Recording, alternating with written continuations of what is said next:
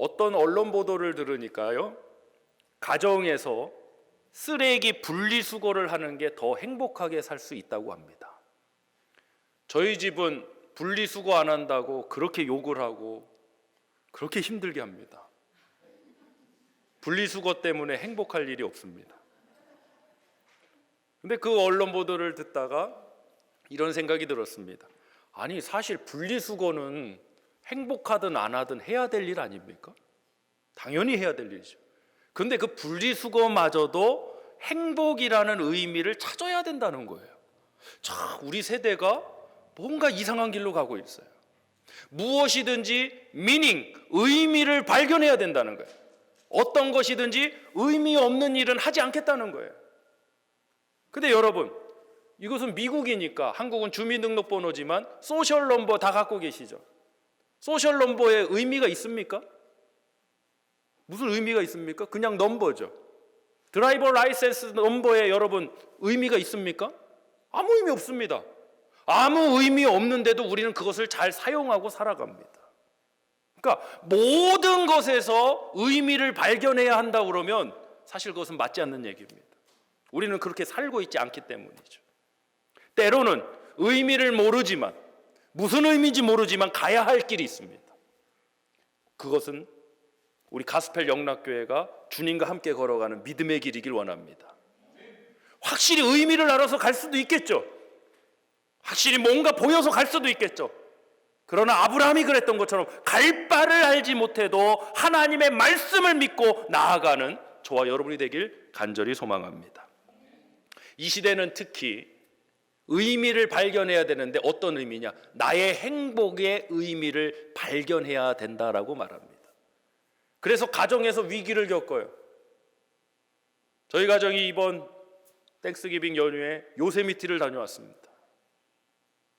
장장 7시간 운전을 했습니다. 돌아올 때 8시간 운전했습니다. 하프돔은 하나도 기억이 안 납니다.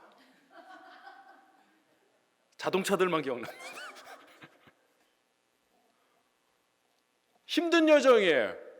아빠로서 이제 아이들을 이끌고 그걸 가는 게 다 준비하고 이런 게 결코 쉽지 않아요. 뭐 제 아내도 이제 아내로서의 이제 음식이나 이런 걸 준비해 가죠. 저희는 역할 분담이 이렇게 철저히 돼 있어요. 근데 그 안에서 그냥 무조건 나의 행복의 의미를 찾으려고 하면 그거 안 해야 돼요. 나는 집에 혼자 그냥 쉬는 날에 그냥 혼자 잠을 자고 있는 게 행복한 사람이니까. 나 개인적인 행복의 의미를 발견할 수 없어도 가족과 함께하는 시간을 만들기 위해서 헌신하고 함께 나가야 되는 거예요. 근데 요즘 세대는 그렇게 안 해요. 나에게 행복의 의미를 발견할 수 없으면 그건 불행한 거야. 그건 하지 말아야 돼. 이렇게 생각해버려요. 과연 그렇습니까? 이 의미를 발견할 수 없다는 그 끝이 무엇인지 아십니까? 따라합시다. 허무주의다. 이 허무주의, 오늘날 심각할 지경입니다. 어떤 이단이나 사이비의 도전보다도 사실 이 허무주의가 기독교 복음에 대한 도전에 더 강하게 다가와 있습니다. 이 허무주의의 끝판왕이 뭐냐? 바로 도구화시키는 거예요. 뭐든지 나의 목적을 이루기 위해서 도구화를 만드는 거예요. 사랑마저도 도구화, 결혼마저도 도구화, 어떤 인간관계마저도 도구화시키는 거예요. 저는 목회자입니다. 담임 목사로서 제가 끊임없이 되새기는 것이 있습니다. 바로 우리 성도님들을 도구화시키면 안 된다는 겁니다. 우리 성도님들을 내 목회 성공을 위한 도구화로 시키는 순간 그것은 목회자로서의 변질과 타락의 길을 걸어가고 있다고 생각합니다. 우리 성도님들을 교회 건축하기 위한 어떤 도구화로 여기는 순간 그 교회는 순수함을 잃어버렸다고 생각합니다. 만약 성도님들을 목회 성공을 위한 도구화, 교회 건축을 위한 도구화로 만들어버리면요, 그럴 형편이 되시는 분들에게는 끔찍하게 잘할 겁니다. 그런데 그럴 형편이 안 되시는 분들에게는 끔찍하게 여길 겁니다. 그게 도구화의 문제점이에요. 우리 교회는 성도들을 도구화시키면 안 됩니다. 우리는 섬김의 대상으로 여기길 원합니다. 우리 옆 사람 축복할까요? 잘 섬기겠습니다. 잘 섬기겠습니다. 의미를 찾는다는 것이 모든 것에 우리가 의미를 찾을 수도 없고, 또 지금 당장은 그 의미를 발견할 수 없고 나중에 그 의미를 깨닫는 경우도 많습니다. 이스라엘 백성들이 애굽에서 430년의 삶을 뒤로 하고 출애굽하게 됩니다. 바로가 쉽게 보내주지 않죠. 10가지 재앙, 마지막 10번째 재앙이 무엇이었습니까? 장자의 죽음. 그런데 히브리 민족은 그 장자의 죽음에서 그 사망이 패스오버, 유월됐습니다. 그래서 유월절이 시작됐죠. 어떻게 되었습니까? 양의 피를 좌우임방 문설주에 바른 그 집은 사망이 넘어가 버렸어요. 그것이 무엇을 상징하는 겁니까? 그것의 의미가 무엇입니까? 바로 우리의 죄를 위해 십자가를 지신 하나님의 어린 양 예수 그리스도의 보혈을 통해서 우리의 죄가 씻김받고 사망이 넘어가는 바로 구원의 역사를 의미하고 있지 않습니까? 당대의 히브리 민족은 전혀 이 구원의 역사를 몰랐을 거예요. 그 의미를 몰랐을 거예요. 그런데 그 말씀에 순종했어요. 근데 결국에 그것은 예수 그리스도의 십자가 보혈의 사건이었던 거죠.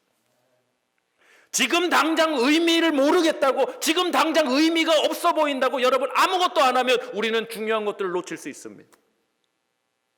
이 허무주의에 속지 마세요. 무엇이든지 의미를 발견해야 된다는 여러분 그것에 속지 마세요. 적어도 결혼 생활 한 30년, 40년 정도 하셨으면요, 겪으실 거 다 겪으셨습니다. 저희는 아직은 20년 차가 안 돼갖고 조금 더 겪을 일이 있는 것 같습니다. 그럼 저도 한 3, 40년 사셨으면요, 3, 40년 지나서 내 결혼에 무슨 의미가 있는가, 이거 찾으실 시간은 사실 지났습니다. 내 오늘날에는 그러한 의미를 다 찾아야 되니까, 내 결혼에 40년 동안 살아온 내 결혼 생활 도대체 무슨 의미가 있는가, 이 사람과 살아온 길이 무슨 의미가 있는가, 이 의미를 발견하려고 하니까 의미가 없어 보이면 부부관계가 힘들어지는 거예요. 우린 그 세대에 살아가고 있어요.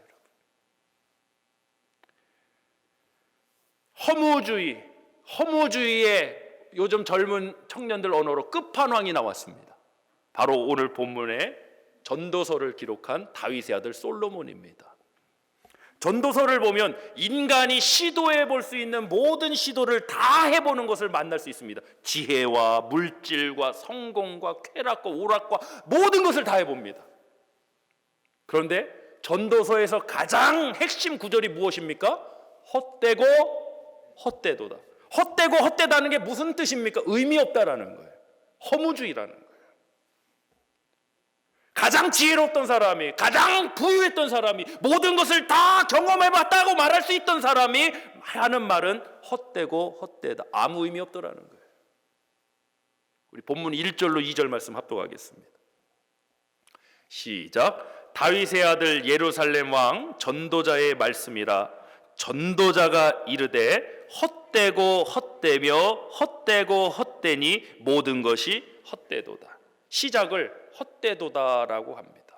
결론부터 말한 거예요. 우리 말씀 요약 첫 번째 나누겠습니다. 인생의 의미를 세상의 것에서 찾으려는 시도는 헛될 수밖에 없습니다. 인생의 의미를 세상의 것에서 찾으려는 시도는 헛될 수밖에 없습니다.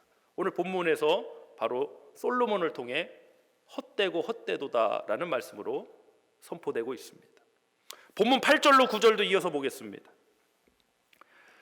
시작. 모든 만물이 피곤하다는 것을 사람이 말로 다 말할 수는 없나니 눈은 보아도 족함이 없고 만족이 없고 귀는 들어도 가득 차지 아니한다. 눈은 보아도 족함이 없고 귀는 들어도 가득 차지 않는다. 자신의 만족을 채우는 데서 의미를 발견하려고 못 재면 이 역시도 헛되고 헛되도다. 내 만족을, 내 정력을 채워보려고 내가 하고 싶은 걸 다 해봤지만 이것에 의미가 없더라. 헛되고 헛되도다. 9절입니다. 시작. 이미 있던 것이 후에 다시 있겠고 이미 한 일을 후에 다시 할지라 해 아래에는 새 것이 없나니. 새로운 것도 추구해보지만 이건 역시도 헛되죠. 의미를 찾으려는 솔로몬의 시도는 의미를 찾지 못했습니다. 세상의 것에서는 헛되고 헛되도다라는 결론만 얻었습니다. 그래서 전도서의 맨 마지막 장인 12장 8절에서 다시 한번 이렇게 말씀합니다. 합독합니다. 시작. 전도자가 이르되 헛되고 헛되도다. 모든 것이 헛되도다. 다 헛되대요. 허무주의예요, 허무주의. 아무 의미 없더라는 거예요. 왜 사는 게 아무 의미 없을까요? 사는 의미를 세상 가운데서 찾으려고 하니까 아무 의미 없는 거죠. 우리를 창조하신 하나님에게서 그 의미를 발견해야죠. 할렐루야! 오늘도 우리를 구원하시고 우리를 만들어 가시는 그 하나님 안에서 진정한 의미를 발견해야죠.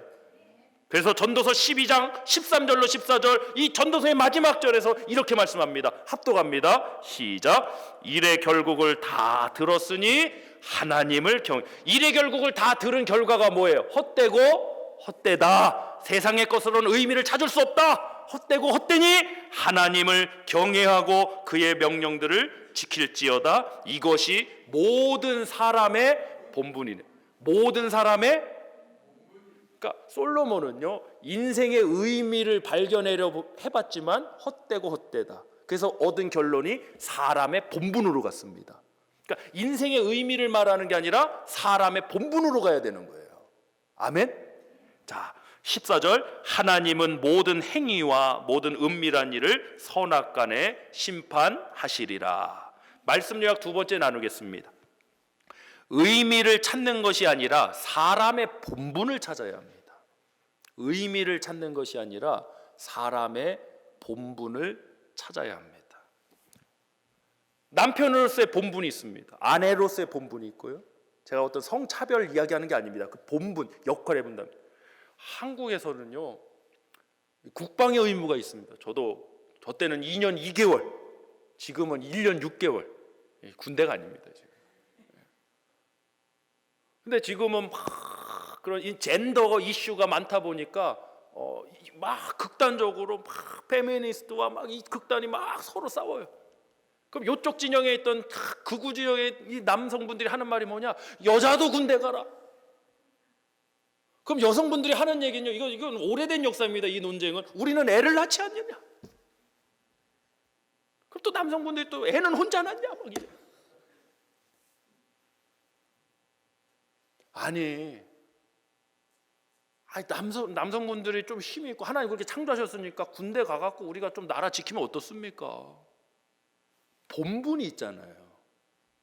근데 자꾸 우리는 그런 의미, 이런 허무주의의 그런 도구화에 빠져갖고 심지어는 우리 기독교 복음마저도 변질되기 시작하는 것 같아요. 성경을 보세요. 인생의 의미를 발견하라는 게 아니고 이건 헛되다라는 거예요. 사람의 본분을 찾아라.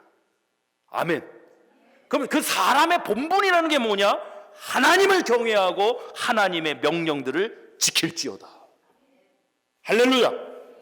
우리 가스펠 영락교회 의미를 찾는 게 아니라 사람의 본분을 찾고 사람의 본분을 증거하길 원합니다. 지난주 한국에서 있었던 일입니다. 경찰관이 신고를 받고 출동했어요. 이 층간 소음 때문에 다툼이 일어났는데 칼을 들고 흉기 난동이 벌어졌어요.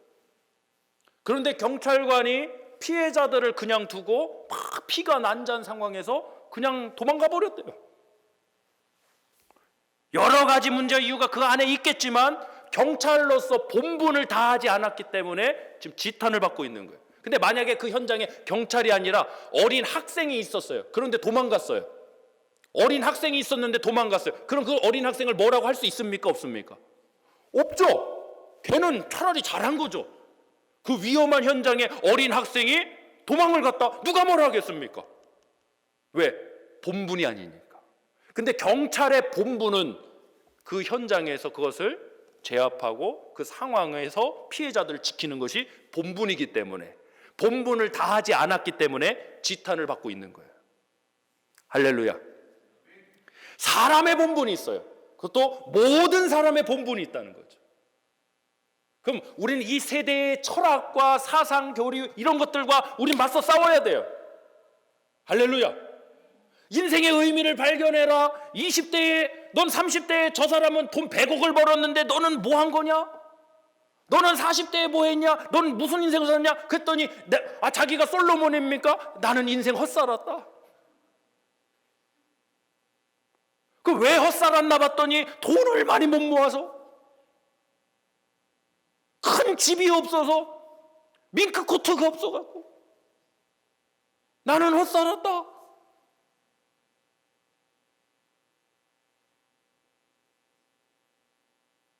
아니죠, 여러분. 본분을 다해야죠. 우리는 그런 세대에 살아가고 있기 때문에 우리 안에도 알게 모르게 그런 투쟁과 분쟁들이 많이 있을 수 있어요. 사람의 본분을 발견하길 원합니다. 자, 제가 한번 질문 드려보겠습니다. 우리 제일 앞에 우리 민재 청년한테 물어볼게요. 행복한 느낌이 안 들면 예배 안 드릴 거예요? 드릴 거예요? 할렐루야. 대전에서 왔습니다. 이제 미국 한번 우리 브라이언, 행복한 느낌이 안 들면, 내가 지금 행복한 느낌이 안 들면 찬양팀 안 쓸 거예요? 저번에 한번 그러려고 그랬잖아.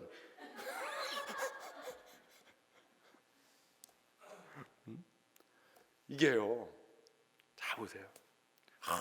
우리가 너무 이것에 끌려다닌다는 거죠. 보세요. 제가 담임 목사 아닙니까? 주일날 오전 11시 대예배가 있는데 나와갖고 설교해야죠. 오늘 나 행복한 느낌이 없어. 나 오늘 설교 안 할 거야. 이래서 되겠습니까? 본분을 다해야죠. 내가 지금 행복한 느낌이 없고 내가 지금 힘든 마음이고 괴로운 마음이 있어도 그것을 하나님 앞에 가지고 토로하면서 맡겨진 본분을 다해야 되는 거죠. 할렐루야. 이 시대의 문제가 본분이 있는데 그 본분을 다 해체시켜버리고 있다는 거죠. 그리고 행복의 의미, 너의 만족의 의미를 발견해봐라. 결국 그 끝은 헛되고 헛되도다. 그래서 이 시대는 허무주의가 아주 활기하고 있어요. 여러분, 예수 만난 기쁨이 넘치길 주며 축복합니다. 우리 줌바 댄스 할 때 얼마나 재밌어요. 얼마나 흥겨워요. 얼마나 기뻐요. 전 좀 고민이요. 그래도 내가 담임 목사인데 좀 점잔을 빼야 되지 않는가. 그래서 막 이러고 있었는데 이거 어떡할까. 또 우리 김경옥 교수님 한국 침신대다 그 영상을 다 퍼뜨리셔갖고 한국에 못 돌아갑니다, 제가. 네, 한성론이 그래. 우리 목사님은요, 목사님처럼 안 하셔서 좋아요. 제가 무슨 뜻일까? 목사님인데 목사님처럼 안 하셔서 좋으시대요. 네, 기쁠 때는 함께 성도들과 함께 하는 게 얼마나 기쁘고 즐거운 일이에요. 같이 울고, 같이 웃고, 같이 기쁨을 나누고, 이러는 것이 솔직한 것이지. 벌써 나이도 젊은데 벌써 영감님 노릇하려고 그러면 되겠습니까? 본분을 찾아야 된다. 아멘.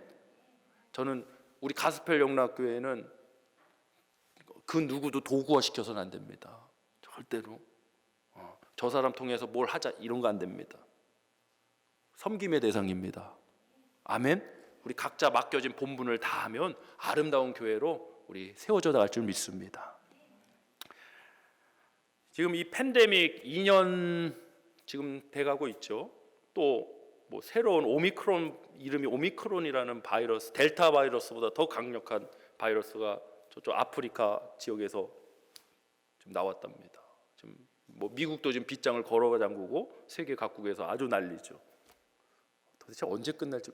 이게 지금 헬라어 알파 쭉 시작했거든요. 그 끝이 이제 오메가인데 이게 오메가까지 가야 끝날 건가? 이게 도대체 어떻게 될 건가? 도대체 하나님 앞에 기도하면서도요. 하나님 이거 도대체 언제 끝납니까? 벌써 2년이 다 돼가잖아요. 근데 보세요. 이 2년 동안 문제가 생긴 게 뭐냐?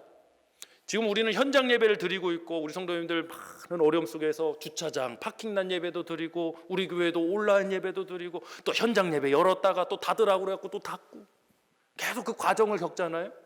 근데 문제가 뭐냐? 교회가 현장 예배를 오픈하고도 현장으로 복귀하는 성도들의 퍼센트가 너무 낮답니다. 미국이든 한국이든 어디든 동일하답니다. 심각한 위기랍니다. 그래서 계속 논쟁이, 온라인 예배 계속 드려도 되냐 아니면 현장 예배만 예배냐, 이 논쟁이 또 벌어졌어요. 제가 말씀드릴게요. 이건 제 관점이에요. 만약 온라인 예배를 드려서 하나님과 더 가까워질 수 있다면 온라인 예배도 괜찮습니다. 중요한 건 그거예요. 온라인 예배, 상황이 그럼 온라인 예배 드릴 수 있죠. 상황이 그런데 그 온라인 예배로 인해서 내가 하나님과 더 가까워지고 간절해질 수 있다면 온라인 예배 드려도 됩니다. 만약 그게 아니라면 현장 예배 나오셔야 될 것 같습니다. 왜? 우리에게 중요한 건 어떤 예배의 형식이냐 보다도 하나님께 더 가까이 하나님을 만나는 그 역사이기 때문입니다.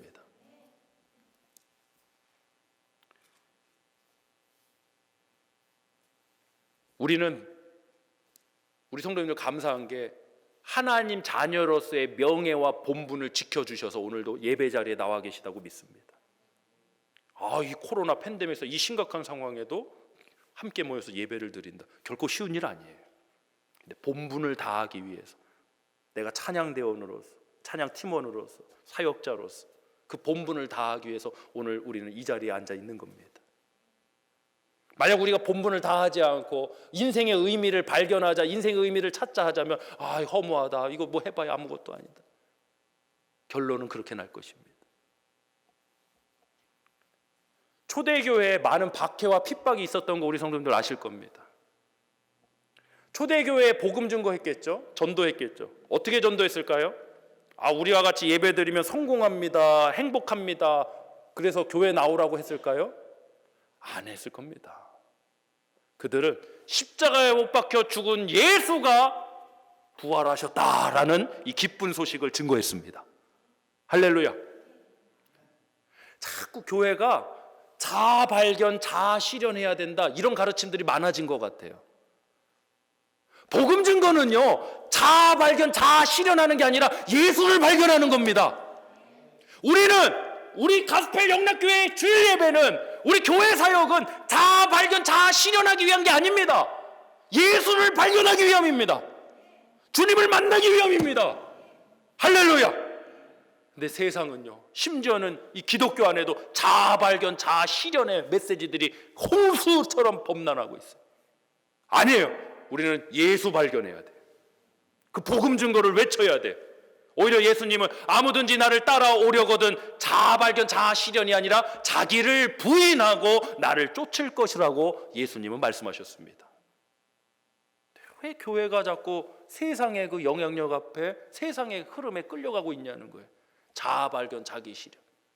아니, 우리 예수 발견. 아멘. 할렐루야. 또 우리가 자아 발견해봐야 우리가 발견하는 자아가 뭐겠습니까? 우리가 자아를 정말 제대로 발견하면 그 내 자아의 발견에서 나올 게 뭐겠어요? 죄인이라는 거죠. 우리는 자아 발견할 대상이 아니라 자아 실현해야 할 존재가 아니라 구원받아야 할 존재임을 잊지 않으시길 축원합니다. 교회가 이 복음의 메시지 잃어버리는 순간 모든 파워를 잃어버리는 거예요. 자아 발견, 따라합시다. 자아 발견, 자아 실현할 존재가 아니라 구원받아야 할 존재다. 할렐루야. 그래서 세상이 인간을 해석하고 바라보는 관점과 교회에서, 복음에서 바라보는 관점하고는 좀 다를 수밖에 없는 거죠. 근데 교회가 세상에, 왜 사람들의 그 인기를 얻기 위해서 그런 것을 따라가면 되겠습니까? 안 되죠. 우리는 복음을 외쳐야죠. 자, 여러분, 축복이 무엇입니까? 여러분, 누가 축복받았을까요? 제가 한번 질문 드려볼게요. 한 1억 불을 벌었어요. 비즈니스를 잘해갖고 1억 불이 얼마야? 계산도 안 되네. 1억 불을 벌었어요. 축복입니까? 아닙니까? 뭐 어려우신가요? 너무 커갖고 그럼 1,000만 불로 하겠습니다. 1,000만 불을 벌었습니다. 축복입니까? 아닙니까? 축복입니까? 근데 그 1,000만 불을 벌어서 돈 쓰냐고 시간이 없어서 예배도 못 드리고 기도도 못 하시고 하나님과 더 멀어지셨습니다. 축복입니까? 아닙니까? 그래도 사업이 힘들어지고 경제적으로 어려워졌습니다. 그러면 실패한 것입니까? 아닙니까? 이제 섣불리 대답을 안 하시네요. 실제 있었던 일. 사업이 어려워지고 망해서 그 아들이, 망나니 같은 그 아들이 그 가정을 위해서 기도하다가 하나님 만나서 목회자가 됐어요. 제 얘기예요. 저는 저희 가정이 IMF 때 우리 아버지 사업이 망해서 감사하는 사람입니다. 그 사건이 아니었으면 저는 하나님 앞에 간절히 기도조차도 안 해봤을 사람입니다. 그러니까 자꾸 우리가 세상의 가치와 기준으로 많이 벌었냐 못 벌었냐, 얼마가 있냐 없냐, 이 의미가 있냐 없냐, 이게 우리의 왜 기준이 되냐는 거죠. 하나님이 우리의 기준이 되셔야지. 말씀이 우리의 기준이 돼야지. 할렐루야. 자, 이제 말씀을 정리하려고 합니다. 이 코로나 팬데믹 상황이라고 이 힘든 상황이죠. 근데 모두 다 불행해지지는 않았어요. 또 가정마다 다른 것 같아요. 너무 바쁘게 살아서 가족이 함께 모여서 식사할 시간조차 없이 살다가 이 팬데믹으로 인해 자동으로 가족이 함께 모여서 식사하면서 그동안 못했던 이야기도 나누고 서로를 알아가는 그런 2년의 시간을 보낸 가정도 있다고 들었습니다. 또 반대로 오랜만에 이렇게 함께할 시간이 많으니까 서로 그동안 쌓였던 거 터치기 시작하면서 거의 가정이 두쪽나게 생긴 가정도 있다고 들었습니다. 여러분, 팬데믹 상황이라고 모두 다 불행해지지는 않았습니다. 저는 우리 성도님들이 정말 예수 안에서 진정한 행복과 만족과 기쁨과 감사를 만나시길 축원합니다. 전도서 맨 마지막 장 12장 13절 14절에서는 하나님을 경외하고 그의 명령들을 지키는 것이 사람의 본분이라고 말씀하고 있습니다. 결론이에요. 이 팬데믹 상황에 소셜 디스턴스 지켰죠. 사회적 거리두기. 얼마죠? 거리가? 6피트. 6피트. 근데 이 소셜 디스턴스로 인해서 어떤 일이 생겼습니까? 소울 디스턴스가 생긴 것 같아요. 소셜 디스턴스는 지켜야 되는데 소울 디스턴스는 왜 생기는 거예요, 이거? 하나님과 점점 멀어져요. 온라인 예배 상관없다니까요. 예배 형식이 무슨 상관입니까? 상황이 그러면 온라인 예배 드릴 수 있죠. 현장 예배 드리면 더 좋고요. 그런데 온라인 예배를 드려서 과연 하나님과의 이 디스턴스, 하나님과의 거리가 더 가까워졌냐 말이에요. 나의 신앙이 그게 중요한 거 아니에요. 소셜 디스턴스 지켜야죠.